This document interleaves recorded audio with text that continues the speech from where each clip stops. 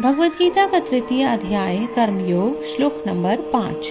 पिछले श्लोक में हमने जाना कि कर्म ना करने से पूर्णत्व प्राप्त नहीं होता, वे केवल ज्ञान प्राप्त करने का मार्ग है और ज्ञान से के मार्ग से ही पूर्णत्व की अनुभूति होती है। इस श्लोक में भगवान इसका कारण समझा रहे हैं। वे कहते हैं कि कोई भी पुरुष क्षण मात्र भी बिना कर्म किए हुए नहीं रह सकता और अपनी प्रकृति के अनुरूप ही अर्थात सत्व, रज या तम इन्हीं गुणों के प्रभाव में रहकर कर्म करता है। शरीर से कोई कर्म ना करने पर भी हम मन और बुद्धि से क्रियाशील रहते हैं। विचार क्रिया केवल सोने के समय नहीं होती।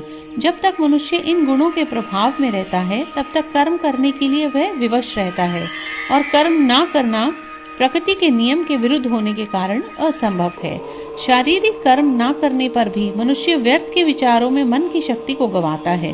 अतः गीता का उपदेश है कि मनुष्य शरीर से तो कर्म करे परंतु समर्पण की भावना से अर्थात खुशी से।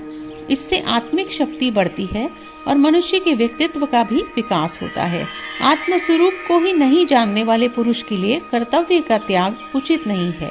ऐसे श्लोकों को और जानने के लिए इस चैनल को फॉलो करें। धन्यवाद।